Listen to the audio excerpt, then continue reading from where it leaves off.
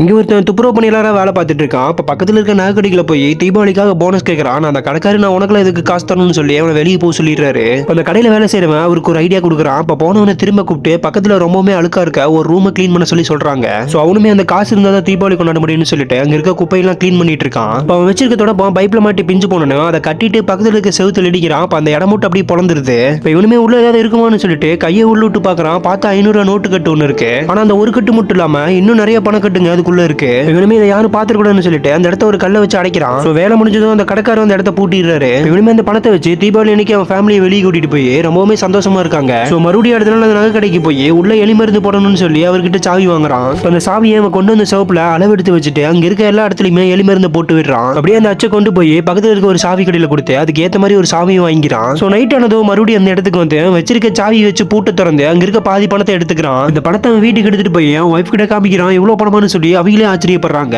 அவனுமே அந்த பணத்தை வச்சு வீடெல்லாம் வாங்கி அவன் ஃபேமிலியை ரொம்ப சந்தோஷமா வச்சிருக்கான். இந்த மாதிரி உங்களுக்கும் பணம் கிடைச்சா என்ன பண்ணுவீங்கன்னு கமெண்ட்ல சொல்லிட்டு மறக்காம நம்ம சேனலை சப்ஸ்கிரைப் பண்ணிக்கங்க.